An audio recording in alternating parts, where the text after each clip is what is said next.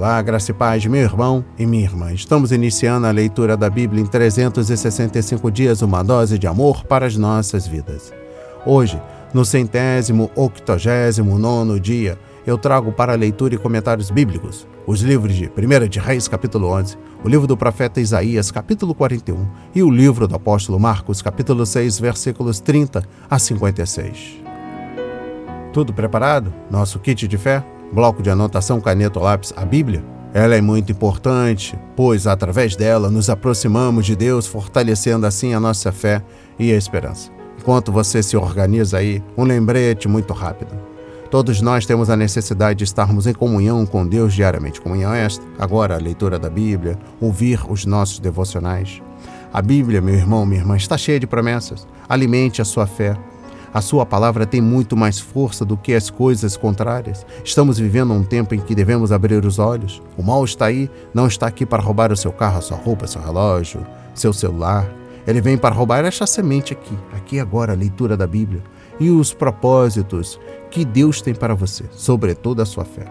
Precisamos usar todos os recursos que Deus tem nos dado através da Bíblia, pois ela faz gerar a fé, nos faz ter o alimento, a cura, a restauração. E a compreensão da palavra vem através da revelação do Espírito Santo. Senhor, revele a compreensão de sua palavra. Senhor, me dê compreensão da sua palavra hoje e sempre. Tu és bom, Senhor. Em nome de Jesus, amém. E graças a Deus. Se desconecte de tudo e permita que a palavra do Senhor adentre em vossos corações.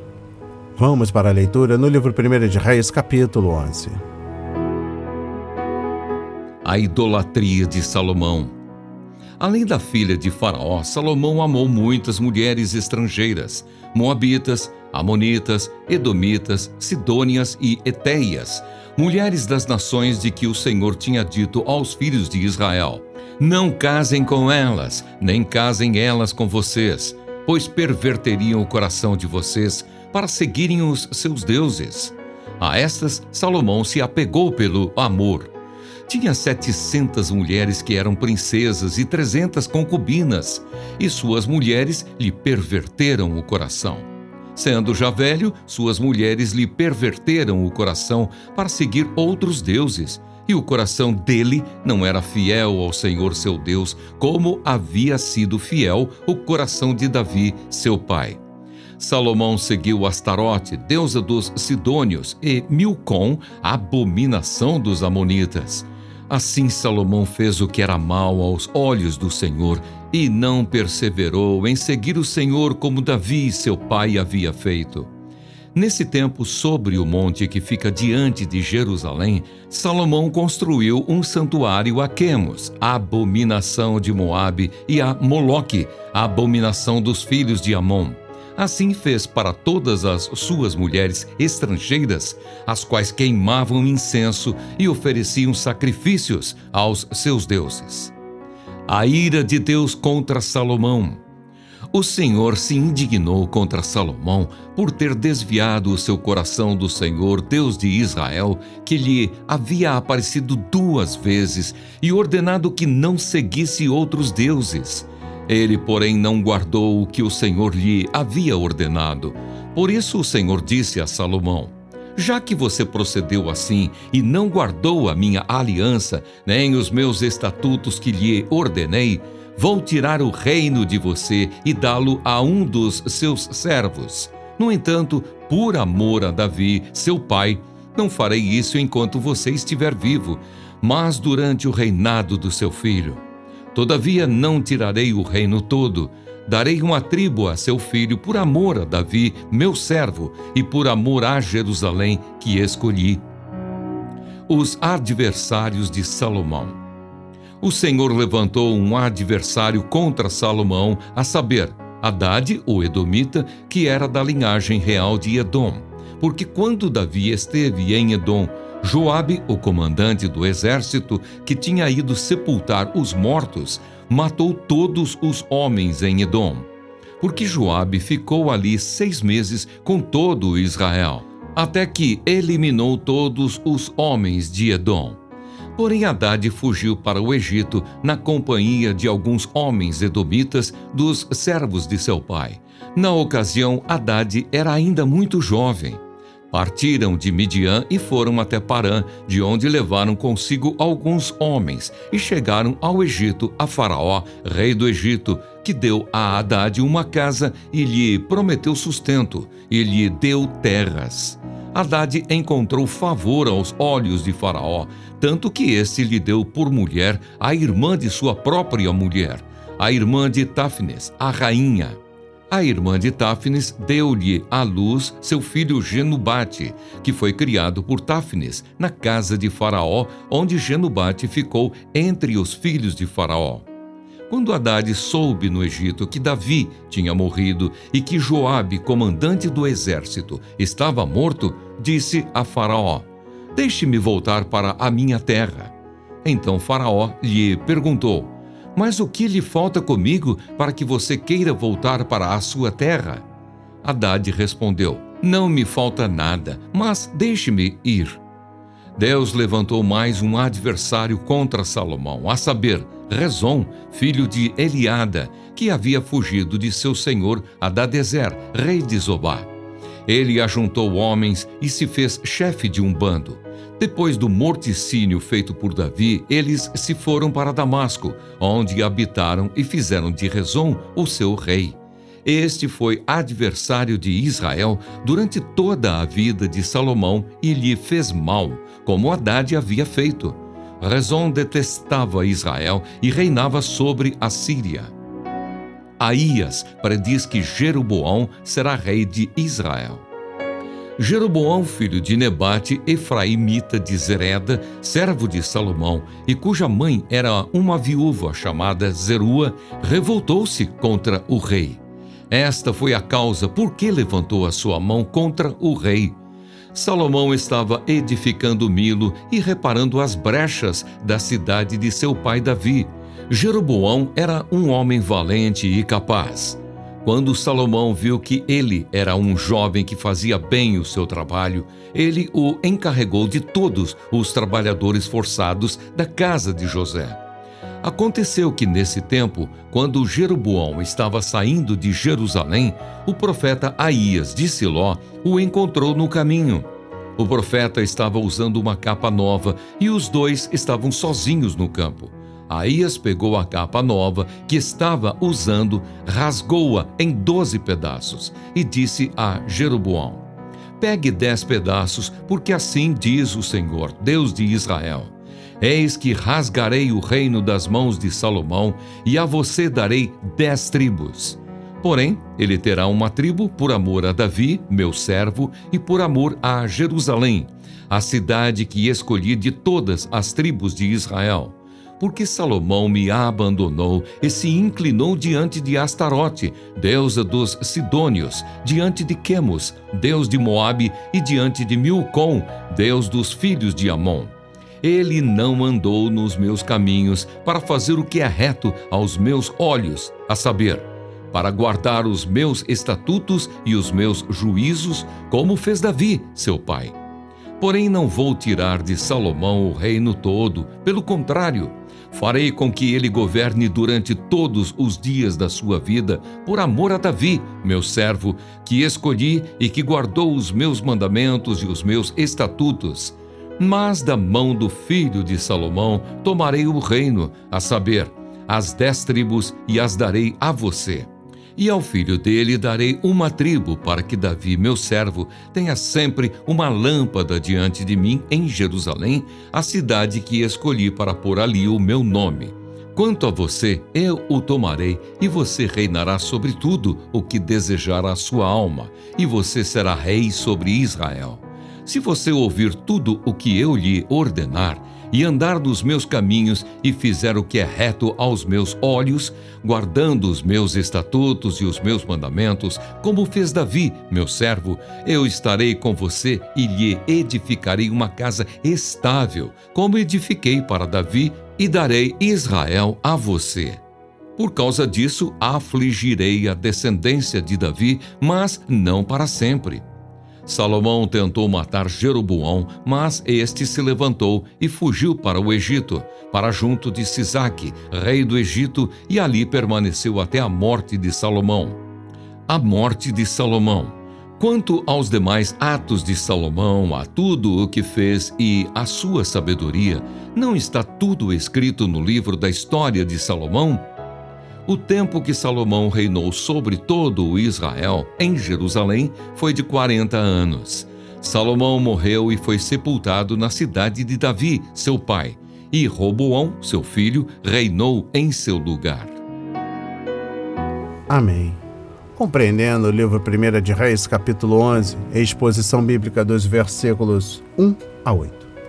Voltar para o Egito pode ter sido o primeiro passo que Salomão, ao se afastar do Senhor, ele conseguiu uma noiva egípcia, filha do faraó, conforme versículo 1, capítulo 3, versículo 1, capítulo 9, versículo 24. E comprou cavalos e carros lá, capítulo 4, versículos 21 e 28, capítulo 10, versículos 26 a 29. Mas essas duas ações revelavam a incredulidade de Salomão. Compreendendo o versículo 2, a transigência espiritual de Salomão não foi repentina. Aos poucos, ele caiu na idolatria, conforme Salmos 1, versículo 1.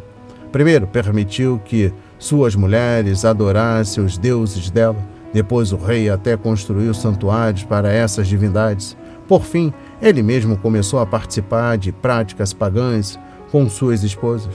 Sua paixão carnal pelas mulheres à sua volta era mais forte do que seu amor espiritual pelo Senhor, o Deus de Israel. Compreendendo o versículo 8, o amor de Salomão pelos valores espirituais foi substituído por paixão pelos prazeres físicos e pela riqueza material. E gradualmente seu coração se desviou do Senhor. Infelizmente, esse tipo de queda pode nos levar a ser condenados com o mundo e perder tudo, conforme 1 Coríntios capítulo 11, versículo 33. Foi isso que aconteceu com Ló. Gênesis 13, versículos 10 a 13, capítulo 14, versículos 11 a 12, capítulo 19, versículos 1 a 29. E pode acontecer hoje com os cristãos. Exposição bíblica dos versículos 9 a 13. Deus nos diz para amar ao Senhor de todo o nosso coração. Deuteronômio 6, versículo 5. E receber sua palavra em nosso coração. Provérbios 7, versículos 1 a 13. Deus quer que façamos sua vontade com o coração. Efésios 6, versículo 6. Ora, se o coração de uma pessoa está errado para Deus, toda a sua vida estará errada, por melhor que ela possa parecer para os outros. Compreendendo o versículo 14, Hadad soube que não poderia assumir o reino de Israel, mas o Senhor o usou para atormentar Salomão e suas tropas em uma série de ataques nas fronteiras. O constante transtorno que vinha do sul deveria ter feito Salomão se lembrar de que Deus o estava disciplinando e chamando de volta para uma vida de obediência. Compreendendo o versículo 18, este provavelmente era um novo faraó que não julgou necessário reconhecer o contrato de casamento de Salomão com a princesa egípcia, mas ainda ele não só deu a Hadad comida e um lugar para morar, mas também a própria cunhada como esposa. Logo, Hadad teve um filho com ela. Isso significava que o Egito e Edom agora estavam mancomunados contra Israel. Exposição bíblica dos versículos 29 a 39.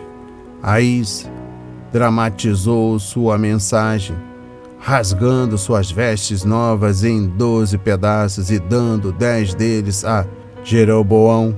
Esta foi a maneira de Deus anunciar que Jeroboão se tornaria rei das 10 tribos do norte de Israel. Aís também explicou por que apenas 2 tribos seriam reservadas para a casa de Davi. Salomão pecou muito ao introduzir a idolatria na terra, um pecado que no final destruiria a nação e levaria o povo para o cativeiro. Compreendendo o versículo 34, Deus protegeu Judá e Jerusalém por causa de Davi. Salomão não cumpriu os termos da aliança que o Senhor firmara com seu pai, 2 Samuel capítulo 7, mas Deus seria fiel à sua palavra, conforme 2 Samuel capítulo 7, versículos 11 a 13. A lâmpada queimaria por Davi até o fim da monarquia judaica, com a queda de Zedequias, conforme 1 de Reis, capítulo 11, versículo 36, capítulo 15, versículo 4, 2 de Reis, capítulo 8, versículo 19, capítulo 21, versículo 7 e versículo 25, e Salmos 132, versículo 17. E eu encerro a compreensão do livro 1 de Reis, capítulo 11, com o versículo 43. Como o rei Saul, Salomão teve grandes oportunidades, mas não aproveitou a maioria delas.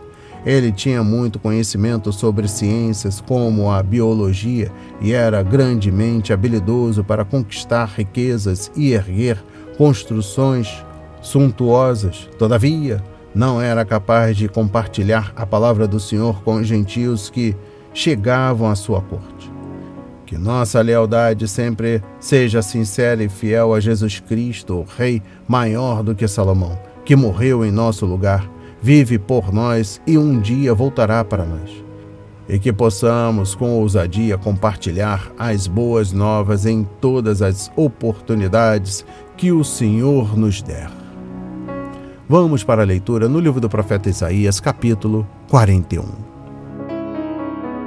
Deus promete salvar o povo de Israel. Calem-se diante de mim, ó ilhas, e que os povos renovem as suas forças.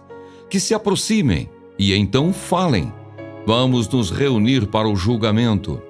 Quem fez surgir no Oriente aquele a cujos passos segue a vitória? Quem lhe entrega as nações e faz com que os reis se submetam a ele? Com a sua espada ele os transforma em pó e com o seu arco em palha que o vento dispersa. Ele os persegue e avança em segurança por um caminho em que ele nunca havia passado. Quem fez e executou tudo isso? Aquele que desde o princípio tem chamado as gerações à existência, eu, o Senhor, o primeiro, e aquele que estará com os últimos, eu mesmo. Os países do mar viram isto e temeram. Os confins da terra tremeram. Eles se aproximaram e vieram. Um ajuda o outro e diz a seu próximo: seja forte. O artífice anima o ourives, e o que trabalha com o martelo encoraja o que bate na bigorna, dizendo que a soldagem foi bem feita. Então fixam tudo com pregos para que não oscile. Mas você, Israel, meu servo, você, Jacó, a quem escolhi, você, descendente de Abraão, meu amigo, você, a quem eu trouxe dos confins da terra e chamei dos seus cantos mais remotos, e a quem eu disse: você é o meu servo, eu o escolhi e não o rejeitei. Não tema, porque eu estou com você. Não fique com medo, porque eu sou o seu Deus. Eu lhe dou forças, sim, eu o ajudo, sim, eu o seguro com a mão direita da minha justiça. Eis que serão envergonhados e humilhados todos os que se enfurecem contra você. Os que lutam contra você serão reduzidos a nada e perecerão. Você procurará os que lutam contra você, porém não os achará. Serão reduzidos a nada e a coisa de nenhum valor os que fazem guerra contra você. Porque eu, o Senhor seu Deus, o tomo pela mão direita e lhe digo: não tenha medo, pois eu o ajudarei. Não tenha medo, ó vermezinho de Jacó, povozinho de Israel, pois eu o ajudarei, diz o Senhor, o seu Redentor é o Santo de Israel. Eis que farei de você um debulhador de cereais, cortante e novo, armado de lâminas duplas. Você trilhará e esmagará os montes e reduzirá as colinas a palha. Você os jogará para cima com a pá e o vento os levará e o redemoinho os espalhará. Então você se alegrará no Senhor e se gloriará no Santo de Israel. Os pobres e necessitados buscam água, mas não a encontram. A língua deles está ressequida de sede. Mas eu, o Senhor, os ouvirei. Eu, o Deus de Israel, não os abandonarei. Abrirei rios no alto dos montes e fontes no meio dos vales. Transformarei o deserto em lençóis de águas e a terra seca em mananciais. Plantarei no deserto o cedro, a acácia, a murta e a oliveira. Porém juntos no ermo o cipreste, o olmeiro e o bucho, para que todos vejam e saibam, considerem e juntamente entendam que a mão do Senhor fez isso e que o Santo de Israel o criou. O Senhor desafia os deuses. Exponham a sua causa, diz o Senhor. Apresentem as suas razões, diz o Rei de Jacó. Aproximem-se e anunciem-nos as coisas que hão de acontecer. Contem-nos as profecias anteriores para que as examinemos e saibamos se elas se cumpriram. Ou falem-nos a respeito das coisas futuras. Anunciem-nos as coisas que ainda hão de vir, para que saibamos que vocês são deuses.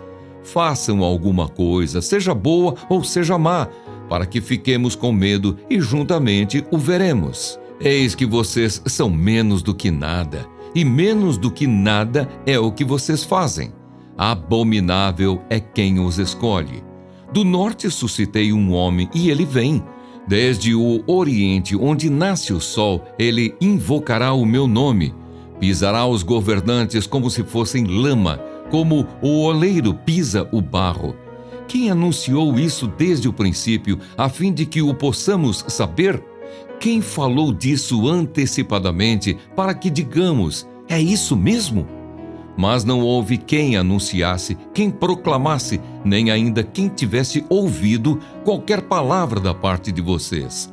Eu sou o que primeiro disse a Sião, ei-los aí, e a Jerusalém dou um mensageiro de boas novas. Quando eu olho, não há ninguém. Entre eles não há nenhum conselheiro a quem eu pergunte e me responda. Eis que todos são nada. As suas obras são coisa nenhuma. As suas imagens de fundição são vento e vácuo. Amém. Compreendendo o livro do profeta Isaías, capítulo 41, trago uma exposição bíblica do capítulo 41, versículo 1 ao capítulo 44, versículo 28. Nesta seção do livro, o Senhor diz 7 vezes, não tema ou não tenha medo para o seu povo, conforme capítulo 41, versículo 10, versículo 13, versículo 14, capítulo 43, versículos 1 e 5 e capítulo 44, versículos 2 e 8. E ele também diz, não tema para nós hoje. Enquanto enfrentava o desafio da longa jornada para casa e a difícil tarefa de reconstrução, o remanescente judeu poderia pensar em muitas causas para sentir medo, mas o povo de Deus tinha um grande motivo para não temer. O Senhor estava com eles e lhes daria êxito. O Senhor procurou acalmar seus medos, assegurando-lhes de que Ele iria adiante deles e trabalharia em favor deles. O Senhor explicou a maravilhosa verdade de que ele tinha 3 servos a seu serviço que cumpririam sua vontade. Ciro, o rei da Pérsia, conforme capítulo 41, versículos 1 a 7, a nação de Israel, conforme versículos 8 a 29, capítulo 43, versículo 1 e capítulo 44, versículo 27, e o Messias, conforme capítulo 42, versículos 1 a 25. Voltando para o capítulo 41, exposição bíblica dos versículos 8 a 10. Deus não tem medo das nações porque Ele é maior do que elas, conforme capítulo 40, versículos 12 a 17. É o Senhor quem controla a ascensão e a queda delas. Aqui, Ele anunciou que levantaria um governante chamado Ciro, que faria sua obra junto na terra ao derrotar outras nações por amor ao seu povo, Israel. Ciro seria um pastor, conforme capítulo 44, versículo 28, ungido por Deus, conforme capítulo 45, versículo 1, uma ave de rapina que não poderia ser detida, conforme capítulo 46, versículo 11. Exposição bíblica dos versículos 8 a 13. Em contraste com o medo sentido pelas nações gentílicas, está a confiança demonstrada por Israel, o servo escolhido de Deus. Essa confiança mostrava a certeza de que o Senhor estava trabalhando em favor de seu servo. Apesar de sua rebeldia no passado, Israel não foi rejeitado pelo Senhor. Os cativos judeus não precisavam temer Ciro nem a Babilônia, porque aquele soberano estava trabalhando em favor de Deus e a Babilônia não mais existiria. Nesta passagem, sentimos o amor do Senhor por seu povo e seu desejo de incentivá-lo a lhe confiar o futuro. Exposição bíblica dos versículos 17 a 20, Isaías usou a imagem de um deserto se tornando um jardim, conforme capítulo 32, versículos 15 a 20. A alegoria nos lembra as peregrinações de Israel no deserto e o fato de que, lá, Deus supriu todas as necessidades de seu povo. Água e árvores são recursos importantes no Oriente e o Senhor proverá ambas as coisas para o seu povo. Sem dúvida, Isaías também estava olhando além do retorno da Babilônia e vendo o futuro reino, quando Hermo exultará e florescerá como a tulipa, conforme capítulo 35, versículo 1. Compreendendo o versículo 25.a, às vezes nós nos esquecemos de que Deus pode usar até líderes mundiais não convertidos para o bem de seu povo e o avanço de sua obra. Esta é uma das demonstrações de que Ele realmente está no controle de seu mundo. Ele levantou o faraó no Egito para que pudesse demonstrar seu poder, conforme Romanos 9, versículo 17, e até usou o ímpio Herodes e o covarde Pôncio Pilatos para realizar seu plano na crucificação de Cristo, conforme Atos 4, versículos 24 a 28. E eu encerro a compreensão do livro do profeta Isaías, capítulo 41, trago o versículo 25.b e sua compreensão. Uma vez que Ciro percorreria o território de leste a norte da Terra Santa, as nações ficaram com medo e recorreram à ajuda de seus deuses. Como uma sátira incisiva, Isaías descreveu vários trabalhadores ajudando uns aos outros a fazer um Deus que não podia ajudá-los. Afinal, quando o Senhor do céu é responsável pela conquista, como pessoas ou deuses conseguem se opor a ele? Ciro provavelmente pensou que estivesse realizando os próprios planos, mas, na verdade, ele estava fazendo a vontade do Senhor, conforme capítulo 44, versículo 28. Ao derrotar a Babilônia, Ciro permitiu que os cativos judeus fossem libertados e tivessem permissão para retornar à sua terra, a fim de reconstruir Jerusalém e o templo, conforme Esdras 1, versículos 1 a 4. Vamos para a leitura no livro do apóstolo Marcos, capítulo 6, versículos 30 a 56. A primeira multiplicação de pães e peixes. Os apóstolos voltaram à presença de Jesus e lhe relataram tudo o que tinham feito e ensinado. E ele lhes disse: venham repousar um pouco à parte num lugar deserto. Isto porque eles não tinham tempo nem para comer, visto serem muitos os que iam e vinham. Então foram de barco para um lugar deserto à parte. Muitos, porém, os viram sair e, reconhecendo-os, correram para lá a pé de todas as cidades e chegaram antes deles. Ao desembarcar, Jesus viu uma grande multidão e compadeceu-se dela, porque eram como ovelhas que não têm pastor, e começou a ensinar-lhes muitas coisas. Como já era bastante tarde, os discípulos se aproximaram de Jesus e disseram: este lugar é deserto e já é bastante tarde. Mande essas pessoas embora, para que, indo pelos campos ao redor e pelas aldeias, comprem para si o que comer. Jesus, porém, lhes disse: deem vocês mesmos de comer a eles. Mas eles disseram: iremos comprar 200 denários de pão para lhes dar de comer? E Jesus lhes disse: quantos pães vocês têm? Tratem de descobrir. Eles foram se informar e responderam: 5 pães e 2 peixes. Então Jesus lhes ordenou que todos se assentassem em grupos sobre a relva verde. E eles o fizeram, repartindo-se em grupos de 100 e de 50. Jesus, pegando os 5 pães e os 2 peixes, erguendo os olhos para o céu, os abençoou. Depois partiu os pães e os deu aos seus discípulos, para que os distribuíssem. E também repartiu os 2 peixes entre todos. Todos comeram e se fartaram, e ainda recolheram 12 cestos cheios de pedaços de pão e de peixe. Os que comeram os pães eram 5.000 homens. Jesus anda sobre o mar.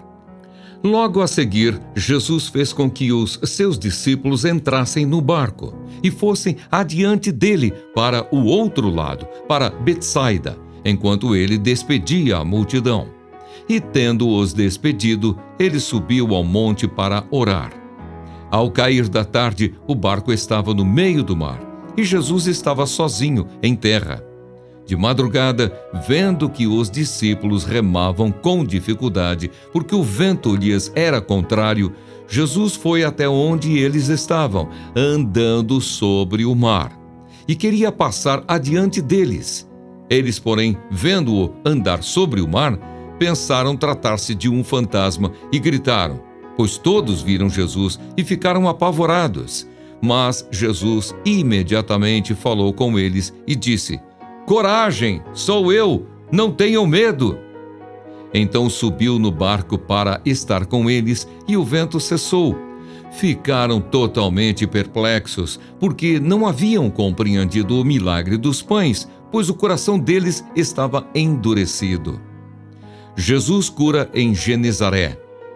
Estando já no outro lado, chegaram à terra de Genezaré, onde atracaram. Saindo eles do barco, o povo logo reconheceu Jesus. E eles, percorrendo toda aquela região, começaram a trazer em leitos os enfermos e os levavam para onde ouviam que ele estava. Onde quer que ele entrasse, nas aldeias, cidades ou campos, punham os enfermos nas praças, pedindo-lhe que os deixasse tocar ao menos na borda da sua roupa. E todos os que tocavam nela ficavam curados. Amém. Compreendendo o livro do apóstolo Marcos, capítulo 6, versículos 30 a 56, exposição bíblica dos versículos 30 a 44. João também registra este milagre, conforme livro do apóstolo João, capítulo 6, versículos 1 a 15. E depois nos diz que Jesus usou o episódio como base para um sermão sobre o pão da vida, conforme João 6, versículos 26 e 27. Cristo não fez milagres apenas para satisfazer as necessidades humanas, embora isso fosse importante. Ele queria que cada milagre que operava fosse uma revelação de si mesmo, um sermão prático. Na maioria dos casos, as pessoas ficaram impressionadas com os milagres e muito satisfeitas com a ajuda que Jesus lhe deu, mas não entenderam sua mensagem espiritual, conforme João 12, versículo 37. Elas queriam receber a dádiva, mas não o doador. Achavam bom desfrutar de bênçãos físicas, mas não enriquecer o coração com bênçãos espirituais. Exposição bíblica dos versículos 30 a 34. João levou seus discípulos a um lugar isolado para que pudessem descansar depois do trabalho. Ele queria discutir com eles os rumos de seu ministério e prepará-los para a próxima missão. Até o filho, servo de Deus, precisou de tempo para descansar, ter comunhão com seus amigos e encontrar renovação junto ao Pai. Compreendendo o versículo 45, Jesus enviou seus discípulos adiante dele. Ele queria ensinar-lhes uma lição sobre a fé que ajudaria a prepará-los para o trabalho que teriam pela frente depois que ele se fosse. Os discípulos haviam acabado de cumprir uma missão muito bem sucedida, curando os enfermos e pregando o evangelho. Eles participaram do milagre de alimentar 5.000 pessoas. Talvez mais tarde, enquanto estavam na prisão, os apóstolos tenham se lembrado da tempestade que veio logo após esse milagre e talvez tenham se animado com a certeza de que Jesus estaria com eles e os ajudaria até o fim. E eu encerro a leitura da Bíblia em 365 dias e também da compreensão do livro do apóstolo Marcos, capítulo 6, versículos 30 a 56, com a exposição bíblica dos versículos 50 a 52. Os discípulos foram reprovados no teste porque lhes faltaram discernimento espiritual e um coração receptivo. O milagre dos pães e dos peixes não causou uma impressão duradoura neles. Afinal, se Jesus podia multiplicar a comida e alimentar milhares de pessoas, então com certeza ele poderia protegê-lo durante a tempestade. Até um discípulo de Jesus pode desenvolver um coração duro se não responder às lições espirituais que devem ser aprendidas no decorrer da vida e do ministério. As palavras de hoje foram semeadas para as nossas vidas, para a honra e a glória do Senhor. Receba este alimento diário, não hesite, compartilhe. Deus está interessado na minha e na sua dor.